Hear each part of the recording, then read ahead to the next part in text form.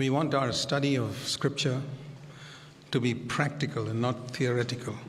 और जो हम यहाँ पे सीख रहे हैं वो बिल्कुल हमें अपने जीवन में उसको लागू करना है, केवल सुनना ही नहीं।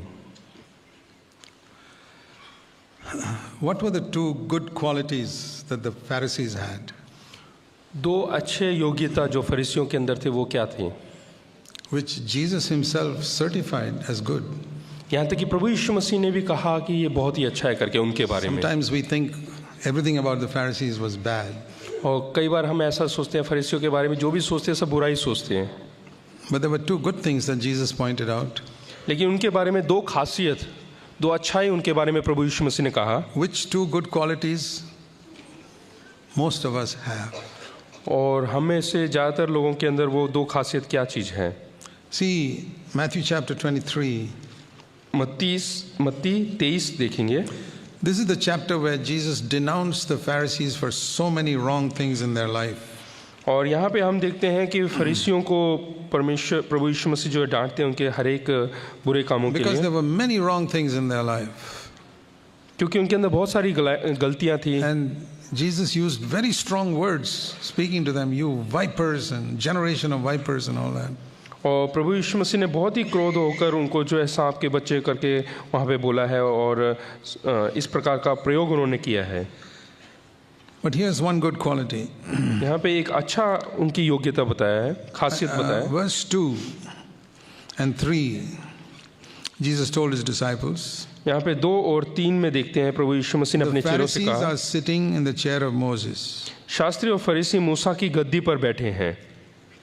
Everything that they tell you to do, do. इसलिए वे तुमसे जो कुछ कहे वह करना।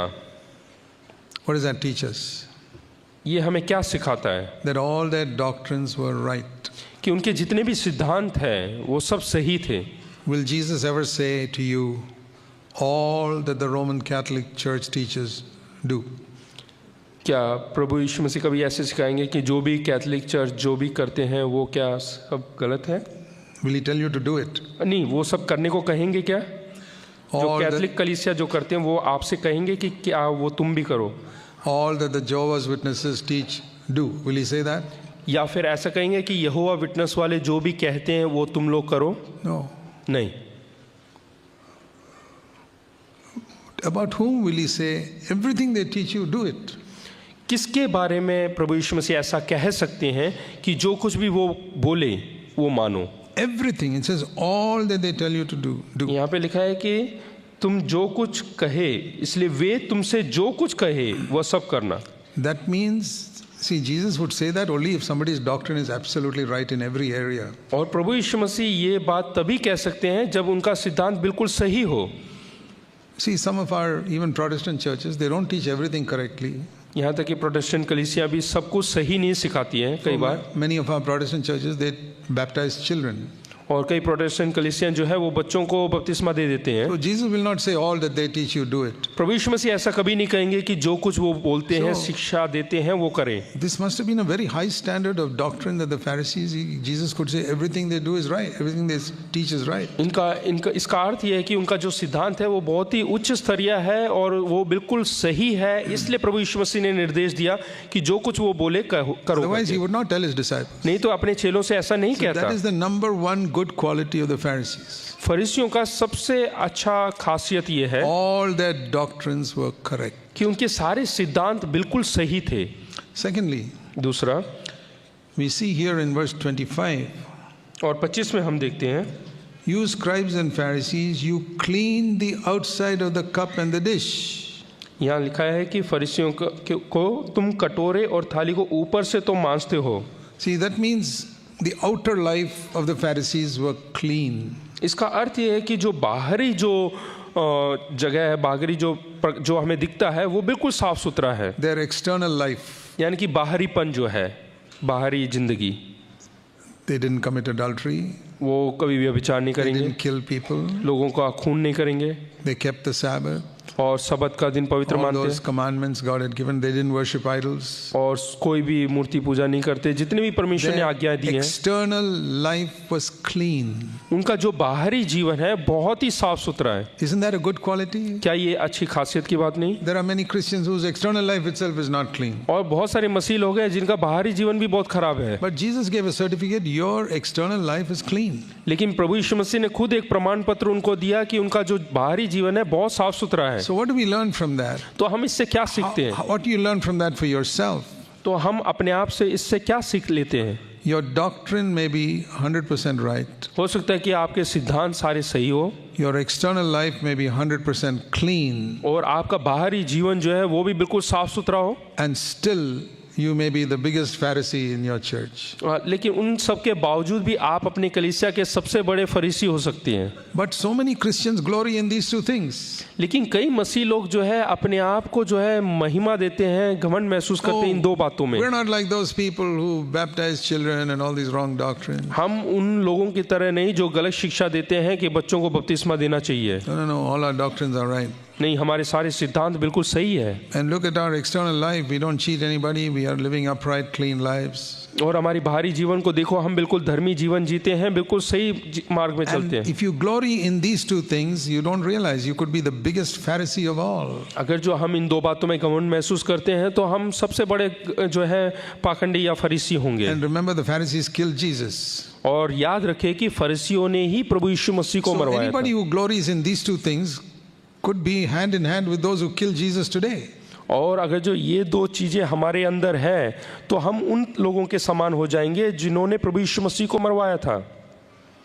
What was it they did not have? उनके पास क्या चीज नहीं था? They did not practice what they preached.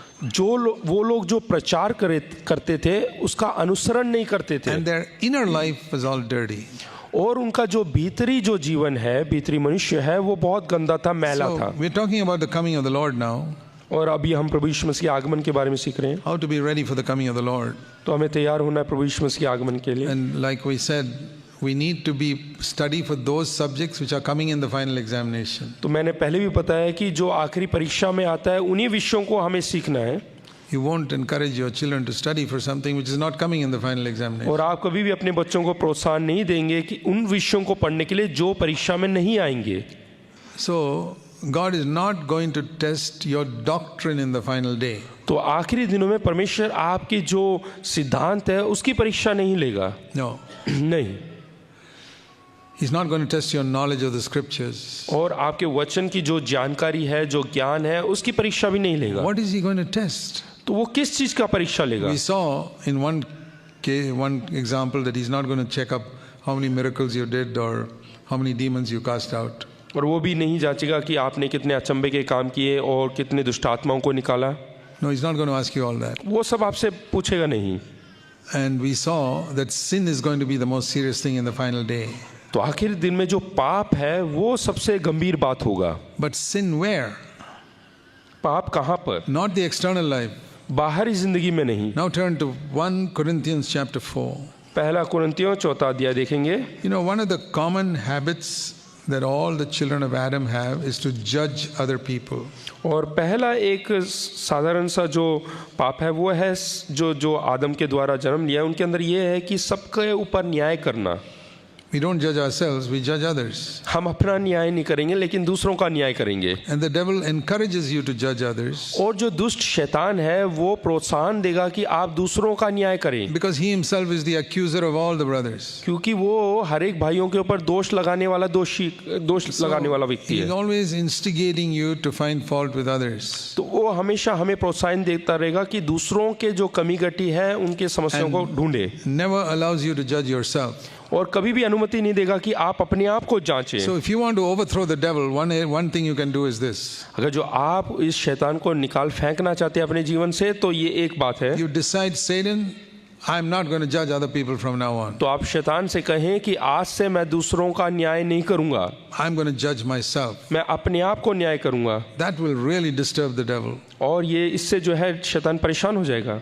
You do that, you'll find that आप ऐसा करके you'll देखिएगा find you overcome Satan. तो आप देखेंगे कि आप शैतान के ऊपर फतेह Now पाएंगे। turn to 1 Corinthians 4. पहला कुरिन्थियों 4 It says here in verse 5, यहाँ पे 5वें वचन में लिखा है, do not go on passing judgment before the time. समय से पहले किसी बात का न्याय ना करो। That means there is a time to judge. इसका अर्थ यह है कि न्याय करने का एक समय है। He's not saying never judge. वो ऐसा भी नहीं कह रहा कि कभी न्याय ना करो। He says don't judge before the time for judgment has come. वो ऐसा कह रहा है कि समय से पहले किसी का न्याय ना करो। So since you all have a great lust to judge other people, और हमारे अंदर बहुत ही अभिलाषा रहता है कि हम दूसरों का न्याय करें, God says, I'll allow you to do that, but do it at the right time, लेकिन परमेश्वर कहता है कि सही समय पर करो, मैं उसके लिए समय दूंगा तुम्हें। not before that. उससे पहले, समय से पहले नहीं, When is the right time? और सही समय पर करें। Verse 5, when the Lord returns. प्रभु यीशु मसीह के आगमन के बाद, When the Lord returns, then please feel free to judge everybody. जब प्रभु यीशु मसीह आ जाएगा उसके बाद जो है सबका न्याय कर सकते Because हैं। only then you will see 90% of people's lives. केवल तभी आप 90% लोगों का जीवन देख सकते हैं। See, right now you can only see 10% of people's lives. इस समय आप केवल एक व्यक्ति का केवल 10% जीवन ही देख सकते You हैं। may know more about the people who live in your home, आप अपने घर में अपने साथ रहने वालों को ज्यादा जानते but होंगे। all the people who do not live in your home, जो कोई आपके घर के अंदर नहीं रहते, आपके साथ all the नहीं people रहते, you meet in church, जिन लोगों को आप कलीसिया में मिलते हैं, you know only 10% of their life. उनको केवल आप 10% ही जानते हो। The most important part of their life you don't know. और उनके प्रमुख जीवन की जो जीवन है वो आप नहीं जानते, जीवन के बारे में नहीं जानते हैं। What do you think of a teacher, examiner who examines only 10% of the paper and then decides to give marks? आप उस अध्यापक के बारे में क्या सोचते हैं जो 10% केवल जवाब को जानता है और सारे परीक्षा का जो हल निकाल के उसको चेक करता He'll है? say, why didn't you check all the rest of the questions? तो आप पूछेंगे कि आप पूरा 100% जो है जवाब को क्यों नहीं You देखते? looked at only 10% of that student's answers and gave the marks. केवल 10% जो है जवाब का चेक करके वो उसका जो है अंक देते हैं। Wouldn't you object Yeah. if a teacher looked up only your children's 10% of their answer papers and then gave the marks? क्या आप सवाल नहीं उठाएंगे उस अध्यापक के ऊपर जो केवल 10% जवाब को देखकर जो है अंक देते हैं? Gave your child 0 because first page is all wrong. और उनको 0 दे देते हैं क्योंकि पहला पन्ना उसने पूरा गलत उत्तर And you लिखा say, है। hey teacher, the other 9 pages are all correct. तो आप बोलेंगे कि अरे अध्यापक जी 9 अगले और पन्ने हैं उनको भी देखो। Okay, first page is wrong, हाँ, मानता हूँ कि पहले एक पन्ना but गलत है, the other pages are all correct. He should get 90%. लेकिन बाकी सारे पन्ने तो सही है, उसको 90% मिलना How do you चाहिए, give him 0? लेकिन आपने 0 दे दिया है। But that is exactly what many of you are doing to other people. और यही बात हम दूसरों के साथ करते हैं। You know 10% of their life and you have started giving marks. हम केवल एक व्यक्ति के बारे में 10% जानते हैं और हम उनको अंक देना चालू कर So देते that's हैं। why it says wait till the Lord comes when you'll be able to see the whole answer paper. इसलिए परमेश्वर का वचन कहता है कि इंतजार करो, पहले जो है न्याय करने के लिए अभी ना करो, प्रभु यीशु मसीह के आगमन की बात Because करो। what is the other 90% that you cannot see in other people's lives? और वो 90% क्या चीज है जो आप दूसरों के जीवन में नहीं देख सकते हैं? Number 1, पहला, the things hidden in darkness. जो कि अंधकार में छिपी बातें। You cannot see the hidden parts of a person's life. किसी भी इंसान के जो जीवन में अंधकार में छिपी हुई बातें हैं वो आप नहीं See, समझ सकते हैं। All the people you meet in church, you don't know how they behave at home. जो लोगों से आप कलीसिया में मिलते हैं वो नहीं, आप उनको नहीं जानते कि वो घर में किस प्रकार से जीते हैं, You don't know how they behave in their office. वो अपने ऑफिस में किस प्रकार से जीते हैं, You don't know how they behave on the roads when people are getting angry with each other. और सड़क पर किस प्रकार का जीवन जीते हैं जब लोग क्रोधित होते हैं उनके You don't ऊपर, know how they behave in a crowded train. और भीड़ भाड़ वाले ट्रेन में किस प्रकार से वो जीवन जीते हैं। Like that, I can make a list of many things. इस प्रकार से मैं पूरा एक सूची बना सकता हूँ। You don't know how much they fight with auto rickshaw drivers and vegetable vendors and all that. You don't know that. और आप नहीं जानते सब्जी वालों से और ऑटो रिक्शा वालों से कितना लड़ते हैं वो, You don't know anything of that. आप उनके बारे में कुछ भी नहीं जानते। You just see how nicely they sing and talk to you in the church. और आप लोग देखते हैं कि किस प्रकार से वो कलीसिया में अच्छे तरीके से बात कर रहे हैं You're giving marks. और उनको अंक दे देते हैं। You haven't seen the hidden areas of their life. आपने उनके रहस्य की बातें, छुपी हुई बातें नहीं जानते। Even if you're living in the same house, यहाँ तक कि अगर जो आप उनके साथ उसी घर पे रहते हैं, even if you're married for 50 years, आपने शादी होकर 50 साल भी बीत गए हो living in the same house, और एक ही घर पे रहते हो, you still do not know what are the thoughts going on in your husband's mind. और उसके बावजूद भी आप ये नहीं समझ सकते कि आपके पति के दिमाग में क्या चल रहा है, Or what is going on in your wife's mind. या आपके पत्नी के दिमाग में क्या चल रहा है। Is that important? क्या वो प्रमुख है? Definitely, God considers that important. हाँ, परमेश्वर तो उसको बहुत प्रमुख समझता है। So what I'm trying to say is, these things hidden in darkness we cannot see. इसलिए जो बातें अंधकार में छिपी है वो उन बातों को हम समझ नहीं सकते, What he is doing when he's alone in some room, we don't know. और हम नहीं जानते वो अकेले जब कमरे में रहता है तो क्या कर रहा है। So there are so many areas of a person's life we know nothing about. और एक व्यक्ति के जीवन के बहुत सारे ऐसे जगह हैं जिनको हम नहीं जानते, We only know 10%. हम केवल 10% ही जानते That हैं। is why I said it's like a teacher who just sees the first question and gives marks, 0.